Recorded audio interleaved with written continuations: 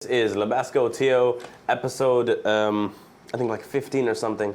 It'll be edited in post. We have a new guest. Would you like to introduce yourself? Frank E. D'Angelo. There's 33 guys I know with the same name, so I use my middle initial, Frank E. D'Angelo. How would you describe yourself with regards to what you do first? I run the St. Joseph Center of Hope for Women. It's a crisis pregnancy center. We like to offer positive options to the mothers that are in a crisis. The location is very unique within North America. I don't think there's another crisis pregnancy center that's next door, actually attached to an abortuary, late-term abortuary. They do abortions up to 6.5 months. I've never felt so fulfilled in my different types of work that I've done in my life. And it's humbling, it's rewarding, and I think it's extremely important. Frank, if you could just tell... Born in Toronto, 1955. You know when you got to scroll for the date when you're filling it in somewhere? And you get older, man. You have to keep scrolling? You got to keep going? You know? Then it sinks in. My parents came from Italy. I got two older brothers, two older sisters, but I was born here. Right. Married. Yesterday was our anniversary, 45 years. Oh, wow. She puts up with me. Maggie D'Angelo, that's my last name. And passionate about the cause. And there's a genocide taking place against the preborn. And it's a human rights issue predominantly. And I want to do my best to, because most people I believe are uninformed or misinformed about what's happening. And I believe if everybody knew what was happening, 90% of the people would say, this has to stop. With regards to your background, have you always spent your life in Canada? Born in Canada. Born in Canada, okay. Yeah, traveled. Okay. Just moved northeast of Toronto, 80 kilometers away, a town called Uxbridge. Nice town. Far enough away where the people don't work in Toronto, so they're more relaxed. Right. And they speak. When you walk by, good morning, hello, whatever. Right. So it's more of an actual small town feeling. I like it a lot. Yeah, it's something you miss in the city, because everyone's just stuck in their old lives, you know? Yeah, too busy down here. Of course, yeah. Which is why we need things like this, you know? So you said that you've traveled. Yes. Have you traveled more in your young life, or like? A little bit when I was a teenager, but when we first got married, big travel was going to Niagara Falls because it didn't cost much. Right. When we were first starting out. And then my previous full-time line of work, I owned a courier company for about 33 years. I used to collect a lot of travel points, and my wife and I would go to Italy a lot. Okay. If you haven't been to Italy, I highly recommend it. Food's good.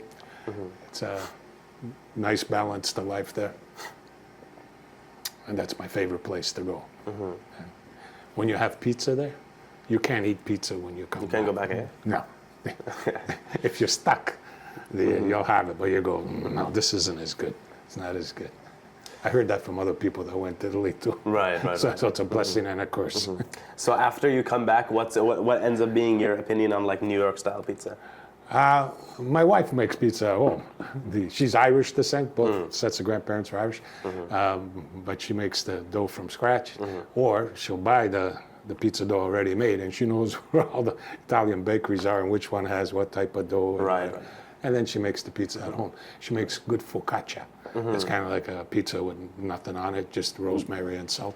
Right. And it's a little bit thicker, and then you can use it for a sandwich. That's sandwich with I've heard it's more like a bread than... Yeah, it is. Right, okay. Yeah, it's very good. Very, very good. Yeah. Yeah, so, during your travels in Italy, that I'm sure have happened multiple times throughout your life, would you consider the people there, like, what would you consider the differences to be with regards to not just the culture, but the perspectives of the people compared to like here? Canada's beautiful, and one of its beauties and strengths is that there's people from all over the world, right? Especially in the cities, and so you get to meet my kids used to say, why do you ask people where they're from? I said, because that helps create the bond. And so if I ask somebody and they happen to say that they're mixed, say from Somalia and Honduras, I go, wow, what a combination. It's amazing, right? it's not. Sounds a lot, suspiciously a lot like my cameraman. Huh? I think that's a very unique combination. And I love the different accents when people speak English. And some people say, oh, that person doesn't speak English well. Well, he probably speaks another language, and you probably only speak one. So he's got the edge on you.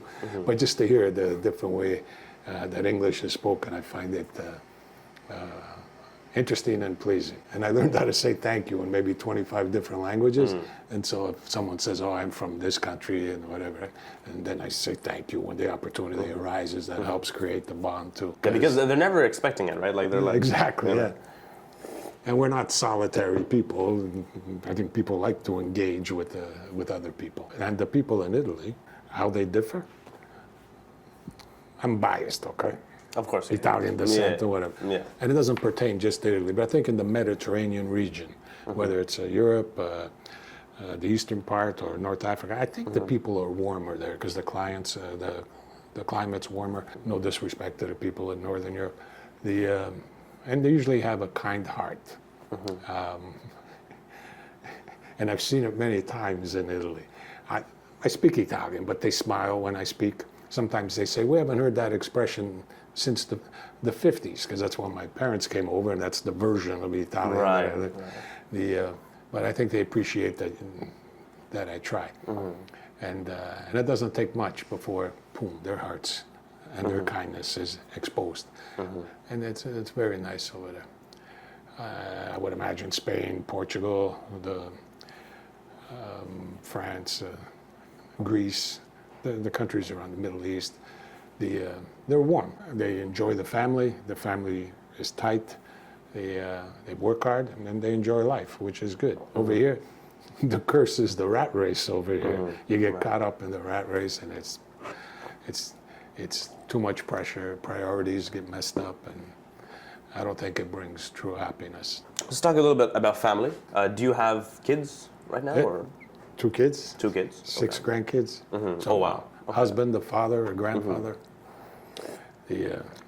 Blessed. The responsibility of fatherhood, right? When it came to you, how hard did it hit you? Were you prepared? No. You weren't? I think most parents, and in my time, I think we were getting married when we were 23. I thought I was too old, almost. I thought after 25. But people get married later now. I don't know why. And you're new at it. Which I'm going to jump ahead, the next generation. That's why the grandkids like going to the grandparents' house if their parents aren't there. Right. Because the grandparents now have gone through a cycle. They don't sweat the small stuff. Are they safe? Are they eating? Whatever. Are they having a good time? That's it. But the parents, when it's the first time, I think they overreact. I was guilty of that. When I'm thinking back, I thought, it wasn't even that important, and then you blow it out of proportion. And so the grandparents are relaxed, the grandchildren are relaxed, and it's a great time, a great time. Not that we don't want, like, my son and his wife to be there, of course, but sometimes there's benefits if it's just the grandkids and the grandparents. And I don't know, maybe in schools there should be like parenting courses. Yeah, for sure, it wouldn't hurt. When my grandkids, when they come over, they still have the habits of how they behave with their parents. And so sometimes they would yell, and I'd say, whoa, whoa. I said, when you yell, I said, it hurts Pops' ears. They call me Pops. I said, they might start to bleed. I said, yeah, you don't want to see Pops' ears bleed, right? And they go, no. I go, okay. So then when they go to yell, I got to go, whoa, whoa, whoa. so they tend to yell a lot less or whatever, right? So I went and bought, at Halloween you can buy makeup stuff, and they have one that's red that looks like blood. I couldn't resist, so I bought it, right? I go home, my wife says, what's that? I said, it's that fake blood stuff. She said, what are you going to do with it? I said, when the kids yell, I'll put some on my ear. I said, look, you're making my ears bleed. And they said, you can't do that. You're going to scare the kids. Yeah. I said, yeah, that'll probably work. It did work, right? Yeah. I didn't use it. I couldn't. No, I thought it was a good idea. And so I taught the grandkids how to dip cookies in milk. That's important. Of course. It depends on the type of cookie as well, too. How long you keep it in the milk. Now you got to remember: is this one a 3-second cookie? Is that a 7? Or else when you pull it out, it breaks, and then you make a mess. So in the morning, they get up early, and then I go downstairs when they're at our place, and then we dip the cookies in milk and whatever. And their parents are concerned, oh, they had too many cookies. Don't worry about it. It's not like they're eating a lot of cookies every day. Whatever. So that's kind of how we bond. And then they all used to sleep in one bed with me, a big bed. And then they'd say, read us a story or tell us a story. Right. And that was nice. I like it a lot. It's nice watching them as they go from one phase to the other, as they try to figure out things and how they think it works. I like it. I like it a lot. So, with regards to the center that the organization that you've created, if you could just talk about it, a little bit of introductions regarding it. It's the St. Joseph Center of Hope for Women. There was another charity here before, did the same thing, and I was on their board for about 11 years. And there was some issues with the building, mold in the basement and whatever, so they moved, and the building was empty for a year. But because of its unique location, there should be somebody here because of the late-term abortuary next door. And so we opened the St. Joseph Center of Hope for Women about a year and a half ago. And it offers the mothers in a crisis pregnancy, makes her aware of all the options that she has. If the issue is women's rights, then it wouldn't be wrong for a woman to say, how about my right to have options other than abortion? And that's it. So we offer the services of helping her before the baby's born and up to 2 years of age, longer if necessary, where we supply diapers, formula, baby clothes, strollers, car seats, small furniture, large furniture, gift cards for groceries, etc. And it's all for free. And it's not just me. There's like 1,000 people behind me, different organizations that want to help. And I don't find it challenging. It's easy to find the resources to help the mother. And it's all for free. And to encourage her along. And if she needs parenting classes, we'll search that out for her, etc. All based on love and hope. I feel I'm living I was born in the 50s, but grew up in the 60s and 70s. I guess I'm a hippie. Just believe in love. Love for everybody. You gotta love everybody. You might not necessarily like what they do, but you gotta love them. I think if everybody in the world did that, then perhaps the world would be a better place. If we all followed the golden rule, treated people like we wanted to be treated, it's probably a good step forward. This type of organization, a crisis pregnancy center, there's about 400 of them in Canada, 3,500 in the States. In the US, they keep stats. I haven't seen them for Canada yet. The amount of diapers they give away, the free ultrasounds. We're getting an ultrasound, a portable one, not much bigger than your phone. Maybe it's 1.5 inches thick, and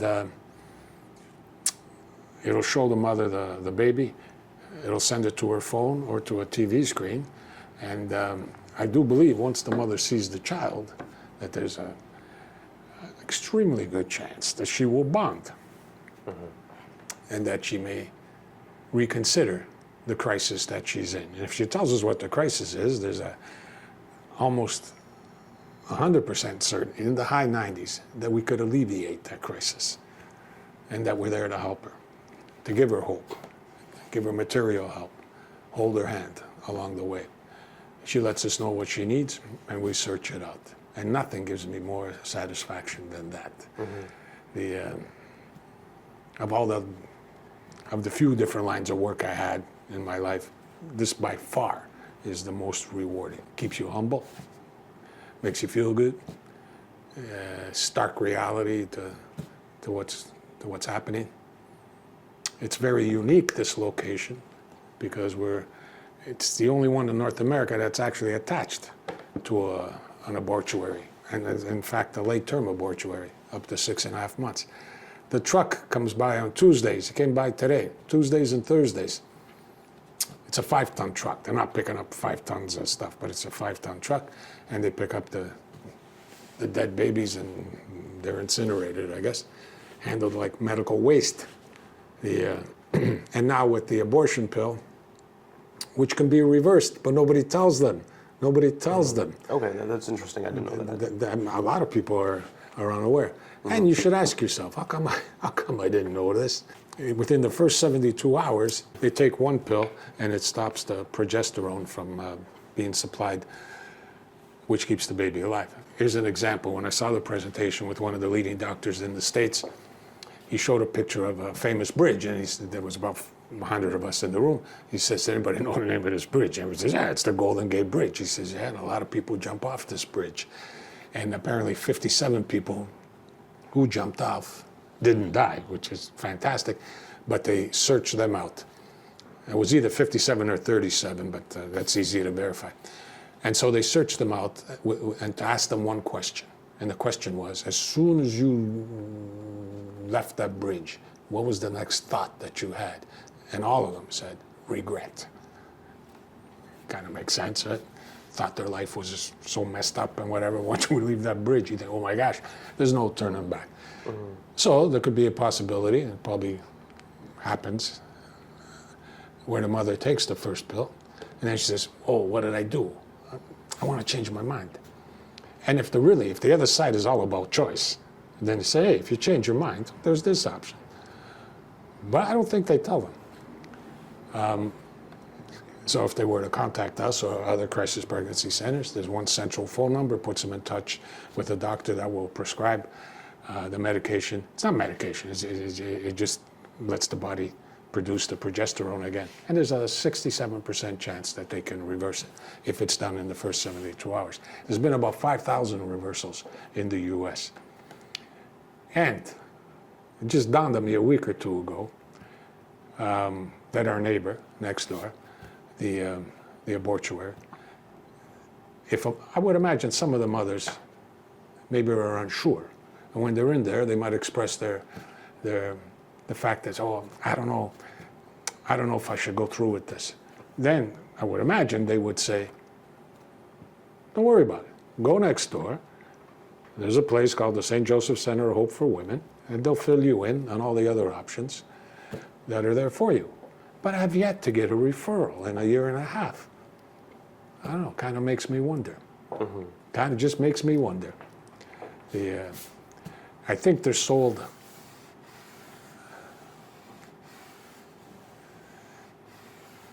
I think they're taken advantage of. Honestly, I do. They're not fully informed, not informed of all their choices. Why would there be so much regret after they have an abortion? Why is there 5 times the rate of suicide? Mothers who have had abortions and mothers who gave birth. Why? The higher rate of alcoholism, drug abuse, depression, etc. Let alone other negative ways that it impacts them. How does it impact the husband? 60% of the mothers that go next door are coerced, either by their boyfriend, the husband, maybe their parents if they're young, etc. It's sad. I don't think there's anything sadder than what's taking place. And we're there just to make them aware of what their options are. That's it. And to offer them love and hope, and the choice is theirs. There's no pressure on us, on the mother. How can we put pressure on them? We make them aware, then the choice is theirs. Sometimes if the guy comes in, and then I tell him, I said, we're there. I said, I think I can speak to this because I'm a guy, I'm a husband, I'm a father, I'm a grandfather. And then I tell them, we get off easy. It's the mother that does so much for the children, for the family. And maybe she needs more support now. Maybe she's looking for you to show more support for her, to show her, yes, it's a difficult time, but we could overcome this. We could overcome it together.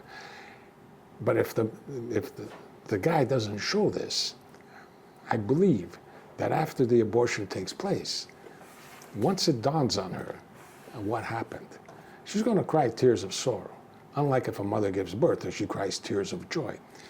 And then I would imagine she'll start to think, not in every case, but in some cases, she'll think, why didn't he help me more? He should have been there to support me. He should have been there to tell me, let's search out other options, etc. And I bet you, if someone would do the study, I bet you that relationship has a higher rate of Breaking off. absolutely. Okay. Absolutely, absolutely, absolutely. And it's not a liberating act for the mother. It's not. It's the opposite, actually. You don't, obviously you don't have to say names, but what are some really interesting and unusual experiences that you've had in the center, like mothers coming to you and things that were very eye-opening? You know? One mother, she was from Nunavut, and she came with a girlfriend. The government will fly them down for free, round trip, pay for the hotel, taxi cabs, meals. I'm not commenting on that, but if you need a knee replaced, young people, older people, what happens more often. If you need a knee or a hip replaced, maybe you got to wait 3 months, 6 months, or whatever, right? Oh, in Nunavut, she was a week or two shy of 6 months. Okay. Oh, no problem. We'll fly you down right away, right away. And so she walked into our place, and my co-volunteer said, "No, this is what we do." And we explained our options. Then I arrived about 20 minutes later, and she had changed her mind. She didn't want to go next door. And then she had more questions. She said, I have a 2-year-old son and 11-month-old daughter. This is just last March. Can you help me with those kids? I go, absolutely, we can help you. You let me know what you need, and we'll help you. And so they stayed in town for 2 or 3 days. Their return ticket was 2 or 3 days later, and then they went back to Nunavut. Anyway, she gave birth in June, and we helped her with the other kids. We'll help her more, and we'll help her with her new daughter. And I think that was probably the one that gave me the most joy and happiness. Not for me, but the joy for her. And sometimes mothers come in, they're not necessarily in a crisis pregnancy at that time, but they need help with the kids they have. And say, can you help me? I said, of course we can help you. The stuff we have is donated. It's for us to pass it along. And so then we'll help the mother with what she needs, strollers, car seats, diapers, whatever. And we get a lot of donations, and I haven't really asked yet. Once I put the request out, lots of stuff will come in. And then we probably won't have enough room to store it all. So if there's mothers that are in a crisis with their kids, they need help materially and whatever, we could help them as well too. Before we opened, I was walking up the laneway, a mortuary on that side, laneway on this side. I start walking up the laneway and I hear a lady crying. I look and she's wailing. And she has a tissue at her nose. And I said, you're crying, what can I do to help? And she couldn't even speak. She just shook her head. I said, tell me, what's the matter? Why are you crying? I guess most guys would react that way. Kind of, no, there's a lady in distress, the guy's supposed to help. And I said, what can I do to help? And then it dawned on me. I said, were you in the building next to the yellow one? She said, yeah. And I said, I'm sorry to hear. And she had come out of the mortuary. She nodded. She didn't. She just nodded. And I said, there's a group you should contact. It's a group of mothers called Silent No More. These are mothers that were in the same situation you are in right now. Contact them, and they'll be able to give you support, etc. I think it's silentnomore.ca or .org. If you forget it, in about a month we'll be open. Come back and see me. After we opened, there was one lady sitting at the bottom of our stairs, just above the sidewalk, and someone said, Frank, there's a lady crying out there. I went there and I said, hi, can I help you? And once again, she was crying a lot and whatever. And I said, did you just come out of next door? And she said, yeah. I said, you know what we do? And I told her. She said, if I would have known you were here, I wouldn't have gone next door. And she says, but I think her son was like 3 or 4 years old. Can you help? I said, of course we can help. She said, I could use a car seat, I could use this, I could use that. I said, oh, no problem, no problem. She needed a cab ride home. She thought they would give a cab ride next door. I said, no problem, call the cab or Uber or whatever. When they came, I paid. And then I called, brought her the stuff, and that was it. If it's such a liberating act, why do they come out crying? Beyond crying, they're wailing. Who's there to pick up the pieces? What do they do after the abortion? Be interesting to find out. We're there to help them for 2 years after the fact. Do they help for 2 years afterwards? I don't think so. So a lot of people paint this narrative that the debate or topic of, pro-life versus pro-choice, and just this topic in general, is a constant fiery debate. And a very heated thing that, obviously it's an important issue, but I mean, like, a lot of people act like, how do I say this? There's just a bunch of hate, constant. I think from one side mostly. Okay. The pro-life movement's based on love. Mm-hmm. I can attest to this because I've been involved for 40 years. Mm-hmm. And I've seen it with the young, the middle-aged, and the elderly. They're just motivated by love. If they get concerned, it's because there's a slaughter taking place. Mm-hmm. The rhetoric from the other side is not factual.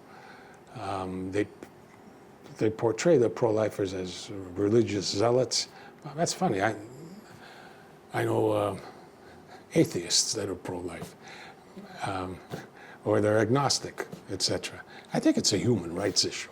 But we're religious zealots.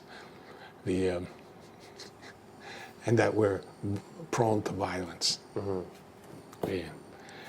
If I had to guess, someone should do fact-checking and then check what they say, what the other side says, and I think they'd be surprised if it's factual.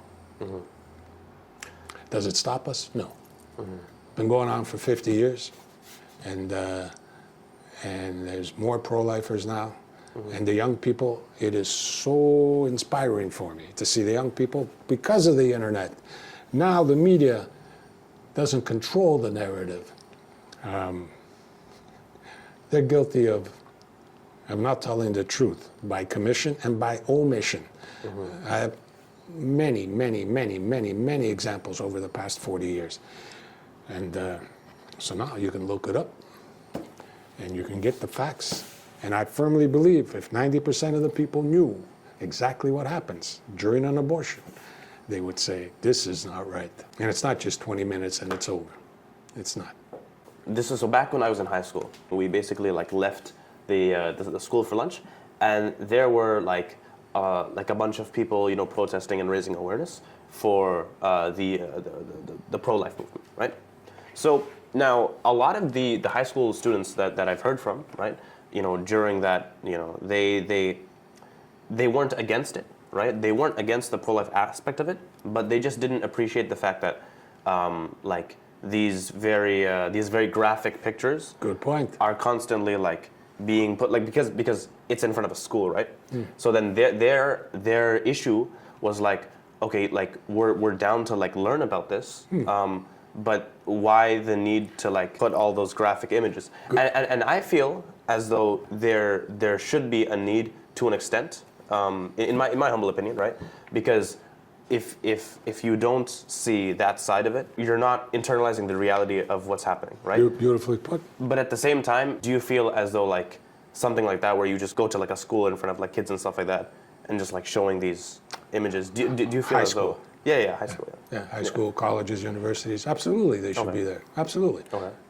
The Emmett Till, the name Emmett Till. People should look it up. This was in the early 50s, I think, in the southern states of the U.S. when segregation was still taking place. A 14-year-old boy, a white girl says to her boyfriend, he made sexual comments towards me. The boy says, what? So he goes to tell his friends. They find him. They find Emmett Till. They beat him to a pulp. I think they burn him. And then they lynch him. And that's the correct term. They lynch him. Mm-hmm. When the body's taken to the undertaker's, the mother's there. The undertaker says to the mother, I guess you want a closed casket. And she says, no. She says, my boy didn't do anything wrong. You shouldn't have to hide. Mm-hmm. Open casket. And I commend the media for what they did. They took pictures of Emmett Till, even though he was wearing a suit, when they saw his face, and please look it up, Emmett Till. Emmett Till, okay. Before pictures and after pictures. And then the media ran with it, and that became a catalyst for the civil rights movement. It wasn't the only catalyst, but it became a very important one. So with the kids that are being slaughtered, and I'll use that term because they're being slaughtered, it's not a magic trick. You're pregnant, you're not pregnant. They tear the baby apart. So people have to see those images, as you said. So they internalize it, they say, whoa. Once you see it, you can't forget it. Throughout history, when history's taught, even though it's taking place right now, you should be aware of all the facts. And you say, oh my gosh, this genocide that took place, whether it was the Armenian genocide in Cambodia, they killed over 1 million people, whatever, right? And then you see the pile of skulls or whatever, right? Yeah, I think I've seen that image. Yeah, and you think, well, how could they do that or whatever, right?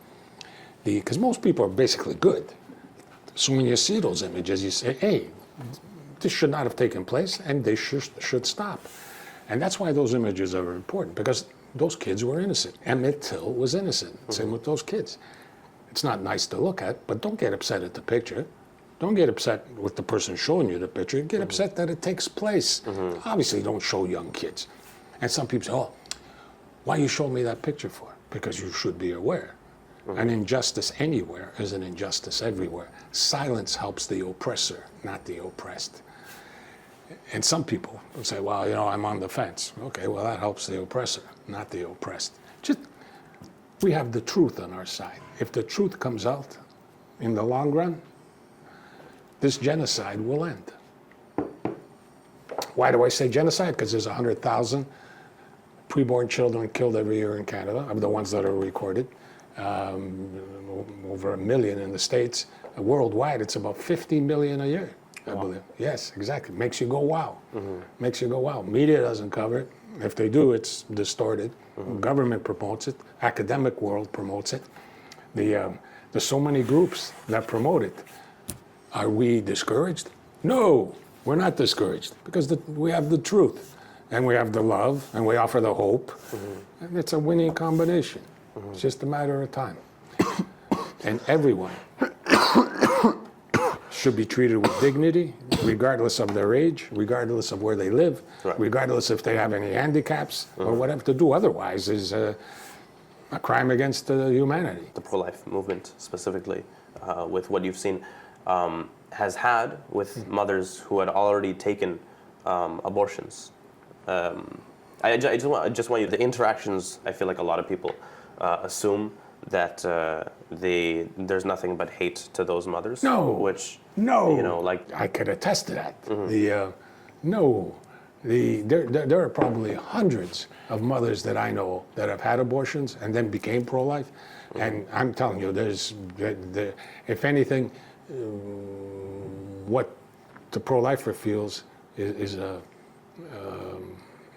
sense of, what can I do to help? What can I do to help? If she doesn't need any help, that's great. But chances are she might. It's such a, I'm going to say, life-changing situation. No kidding. A life is taken. What impact is that going to have on the mother? They want to pass it off. Oh, it's nothing. 20 minutes. Everything will be fine. 5 times the rate of suicide. That alone should be publicized a lot. And people should go, why is it that much higher? Why are they committing suicide for? If they had an abortion, why? Answer me this. I'm not saying all pro-lifers are perfect. And I'm not saying all pro-aborts are bad. Entirely bad, or pro-lifers are entirely good. It's a mixture of the two. But I can attest to the fact that pro-lifers, the true pro-lifer doesn't hate the abortionist. The true pro-lifer loves the abortionist, but doesn't like what the abortionist does.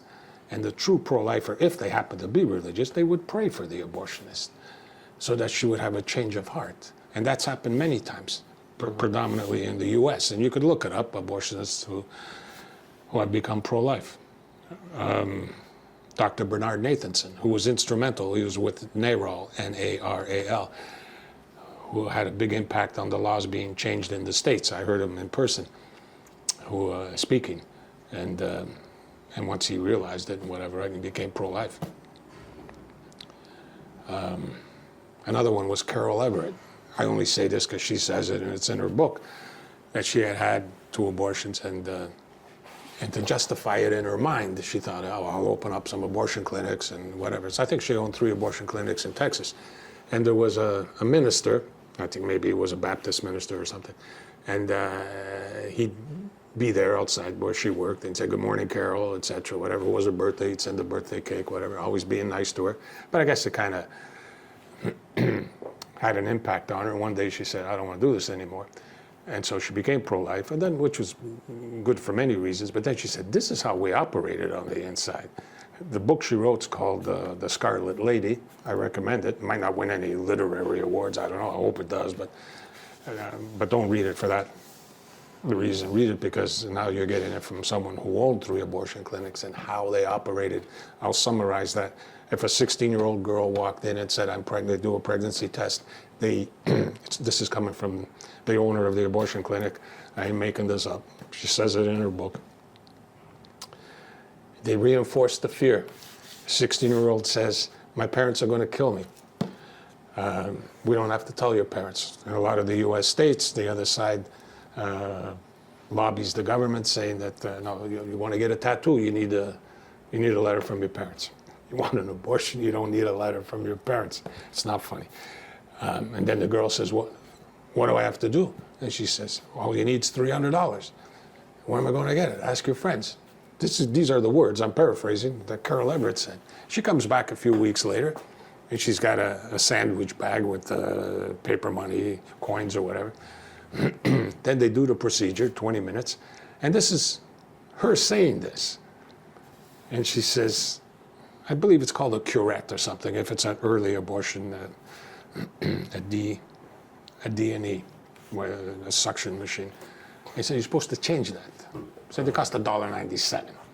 $1.97, you change it all every time. It cuts into the profit margin. So we don't change it all the time. I'm sure you're killing kids. You're going to cut corners in other areas. If you're killing the kid doesn't bother you, you're more apt to cut corners. Mm-hmm.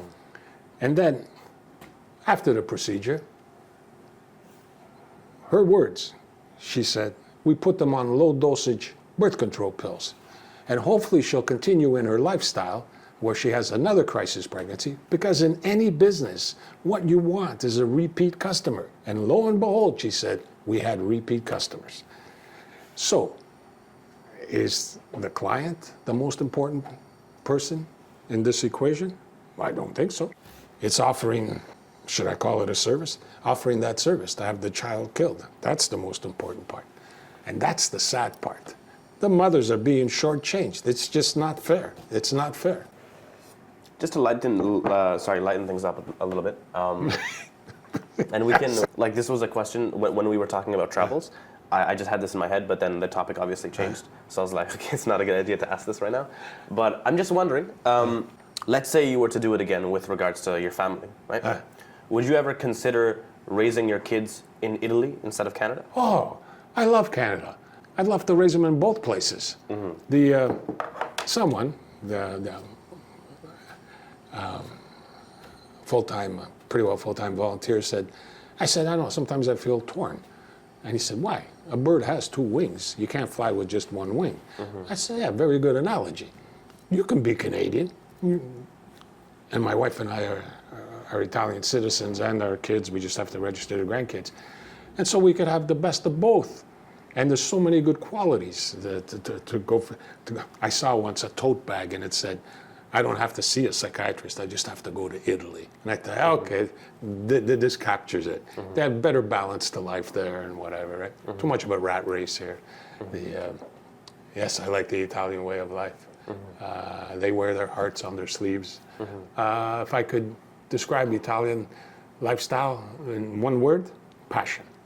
Passion. Passion in what they do, passion in everything they do, more or less. And Canada's beautiful as well, too. Yeah. I'm blessed twice. So this is a very common question, the question I'm about to ask. But I feel like, you know, from someone like you who's a little bit older in age, I feel like this insight would be very useful to the next generation. But what are some things that you, if you could go back and tell yourself back when you were perhaps a teenager or a young adult, what are a couple things you would have told yourself? Don't place too much importance on the material things. It's the relationships that are important with your family, if you get married, your spouse, with your children. Don't let that acquisition of material. Yeah, you have to work, you have to acquire some stuff for a comfortable living, etc. But don't sacrifice the relationship that you have with your parents, with your spouse, with your kids, with the grandparents, etc. That's the important part. Do you feel as though back then perhaps you did sacrifice a little bit? Do, re, mi, fa. Fa. Yeah, I worked too long. Mm-hmm. And my daughter was born first, and I thought, it's okay, I'll catch up later. Probably the foolish statement I ever made to myself. You can't catch up. Those hours, those years are gone. And when my son was, I don't know, maybe 3.5, 4 years old, my wife called me and said, you better stop working so many hours. Your son just asked me for a picture. I said, Mom, you got a picture of Dad? And she said, why? And he said, I forget what he looks like, because I used to leave when they were sleeping. Wow. I'd get home a lot of times when they were in bed. And then on the weekend, I had to go do paperwork or whatever. I used to volunteer as well. I spent time with them, but not enough. And don't get caught up in that rat race. And money is just something you need in order to buy the things that you need.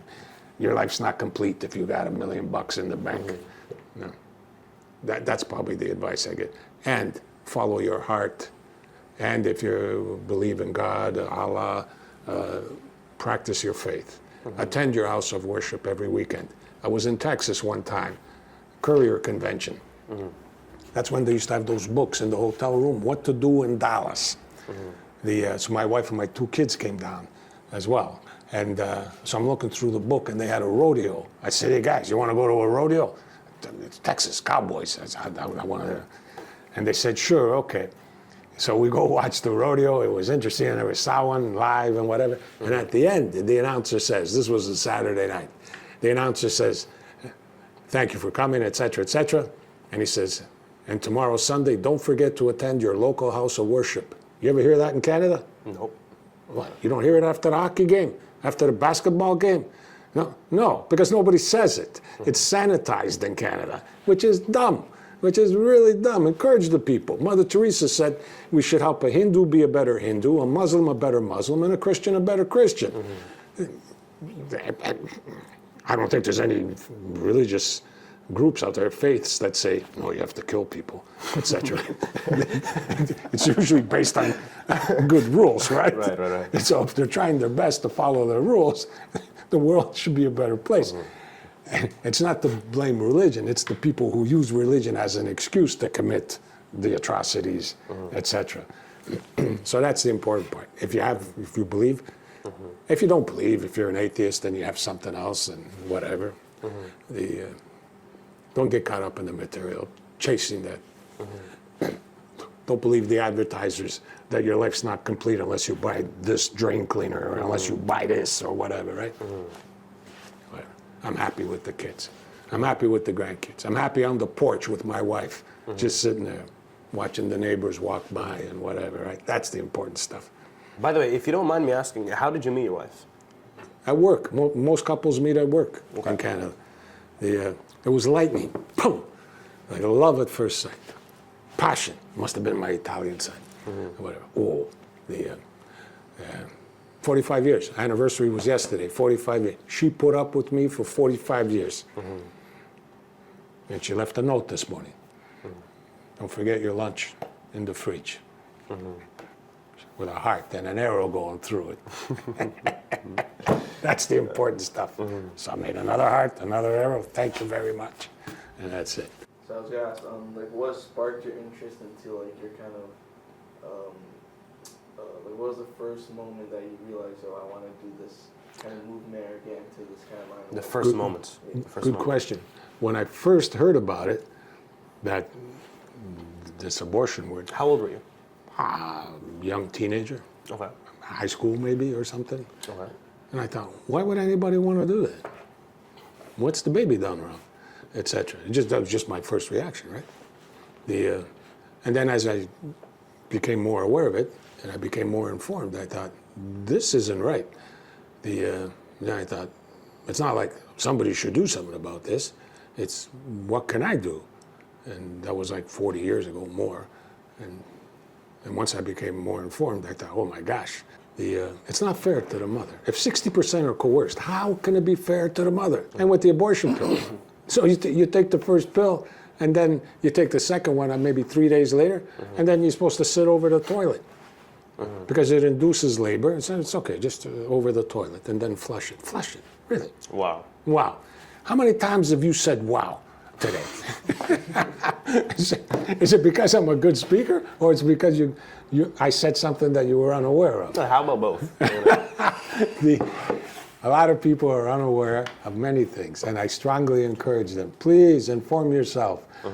You'll be surprised, and I truly believe that most people would say, no, no, no, no, we have to offer, it's not fair to the mother. We have to do something to help the mother. What are some moments that you've had with just random people, during your day-to-day lives, that they might have said something small to you, and it really sparked something? I think I've been fortunate or blessed in that area.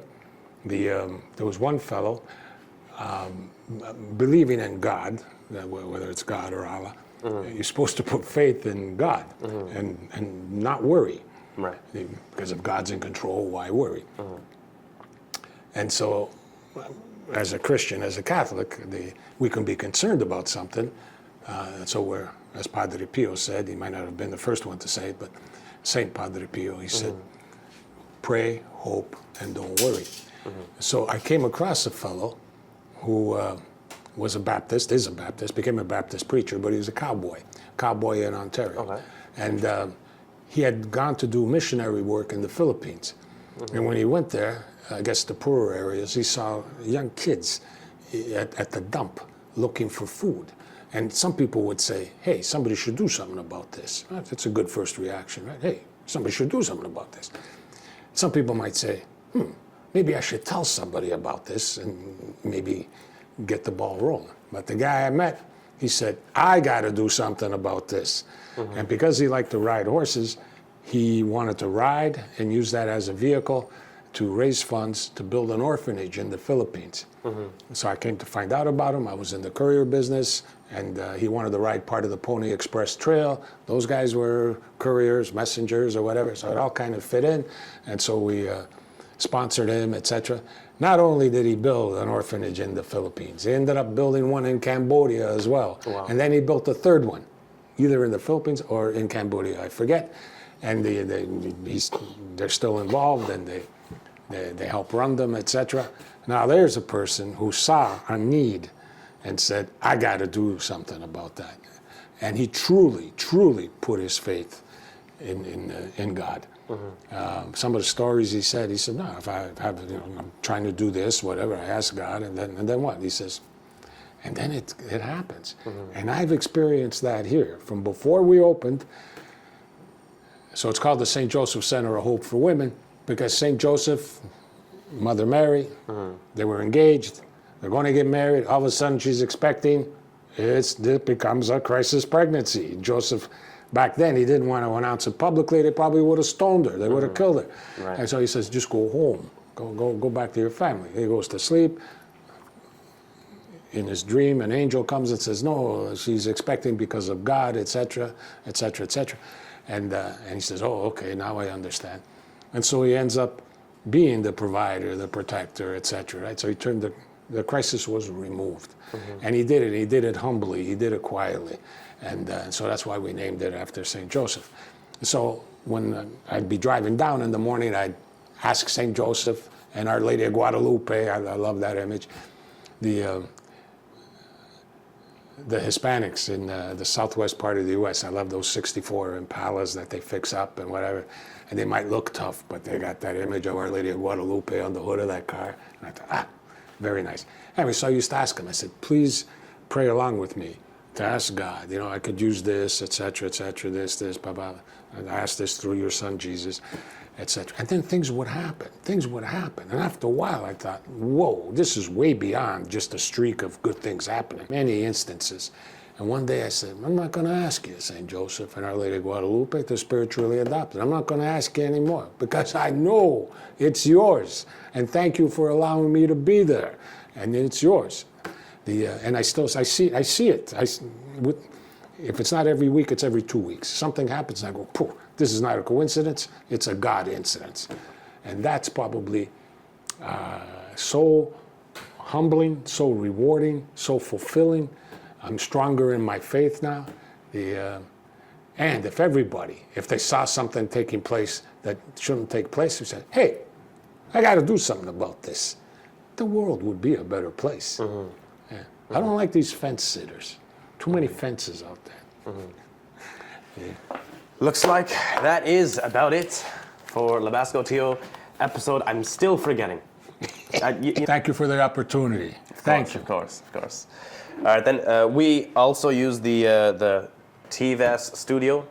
Just wanted to get that out there, the Village Arts Studio, and we appreciate Jackie for letting us use the studio. Thank you so much, and have a wonderful day.